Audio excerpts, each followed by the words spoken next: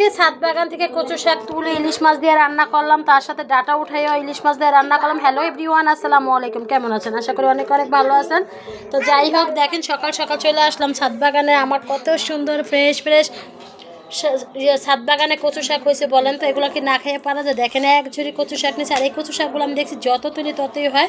আর এদিকে আমার ছোটো মেয়েকে নিয়ে আসতে হয় ছাদে সকালবেলা, যেহেতু আমার বাচ্চারা স্কুলে মাদ্রাসা চলে যায় এই জন্য। আর দেখেন কত বড় একটা ডাটা হয়েছে। আমার হাজব্যান্ডে বলছিলাম যে একটা ডাটা আছে, বলতে আছে তাহলে ইলিশ মাছ থাকলে ইলিশ মাছ দ্বারা রান্না করো। তো জামাইয়ের কথা আবদার না পূরণ করে তো আর পারা যায় না। তো আমার জামাই খাইতেছিল আমার ছাদ বাগানের সবজি দিয়ে ইলিশ মাছ, তা কি না রান্না করে পারা যায় বলেন তো?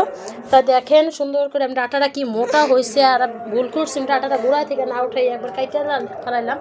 আর কিছু মরিচ নিতে চাইছিলাম কিন্তু মরিচ নিতে পারলাম না, কারণ আমার সাথে অনেক বিরক্ত করতেছিল। পরে আমি ঘুরে নিয়ে চলে গেছি। দেখেন ডাটা শাক শুধু একটা মোটা ডাটাই আমার হয়ে গেছে সংসারের আজকে। আর এদিকে হলো এক জুড়ি শাক তুলে নিলাম। আর বাসায় যাই একটা ইলিশ মাছ এই যে দেখেন বেড়ে করে নিলাম। বেড়ে করে নিয়ে এখন ইলিশ মাছটা কেটে কুটে ধুয়ে পরিষ্কার করে পরে আপনাদের সাথে শেয়ার করতেছি, চলেন। তো ইলিশ মাছ কোনো দিকে কাটাকাটি হয়ে গেছে। আর ডাটা দিয়ে হলো কাঁঠালে বিচি দিয়ে ইলিশ মাছ আজকে রান্না করবো। তো এই জায়গায় এগুলো ভিজে নিলাম। আর কচু শাকগুলো কেটে কুটে সুন্দর করে আমার হাতের অবস্থা দেখেন একবার চালু হয়ে গেছে। কিন্তু বিশ্বাস করেন এই কচু শাকগুলো এত ভালো, আজকে আমি লেবু দিতে চাই লেবু দিয়ে ভুলে গেছি, তারপরও কোনো গলা ধরনের গলা চুলকা নাই। আলহামদুলিল্লাহ এমন একটা গাছ লাগায় আমি অনেক গর্বিত যে মাঝে মাঝে কচু শাক একবার গ্রামীণভাবে তুলে খাইতে পারে। আগে যেমন মানুষ গ্রামে থেকে চকে পাথরের থেকে তুলে কচু শাক। আর এদিকে দেখেন বৃষ্টি কত সুন্দর একটা আবহাওয়া হয়েছে। আর এত বৃষ্টি নামতেছিল আমি রান্নার সময়, মানে আমি এদিকে বৃষ্টি দেখে সব গুছাই টুছাই ফিরে আসলাম। পরে জানলাগুলো চাপাই দিচ্ছি। আর এদিকে মাছটা কষাই নিলাম, কষাই নিয়ে উঠাইছিলাম। আর এদিকে হলো কচু শাকটা অল্প অল্প মশলা দিয়ে হলো রান্না করবো। আর কচু শাকের মাথা মুথা দিয়ে কাঁচা টুচা দিয়ে হলো কচু শাকটা রান্না করবো। তো সবই কিন্তু ইলিশের রেসিপি। তো আমার নিজের বাগান থেকে শাক তুলে যদি এভাবে রান্না করতে পারি তো আর কি লাগে বলেন তো গাইস। সুন্দর করে দেখেন আবার ডাটা দিয়া ইলিশ মাছ আমার প্রায় একদম রান্না শেষ। আর এদিকে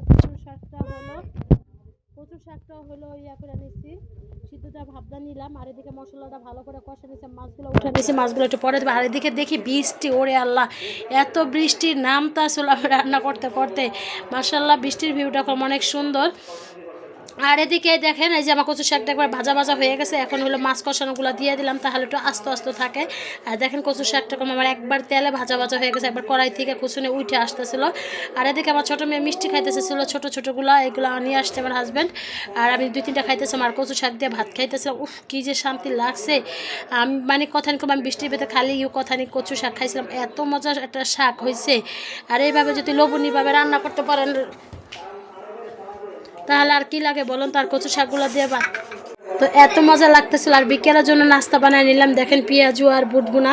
তো এগুলা হলো সন্ধ্যার পরে হলো আমি ছাদ বাগান থেকে পুদিনা পাতা এনে পরে খায়া আগামীকালকে আবার শেয়ার করবো আপনাদের সাথে কীভাবে খেলাম। তো দেখেন কত লোভনীয় হয়েছে। একবারে নাস্তা রেডি করে ফেলাইছি দুপুরের সময়। সবাই ভালো থাকবেন, সুস্থ থাকবেন, ঠান্ডা ঠান্ডা ওয়েদারে খাবো ইনশাআল্লাহ।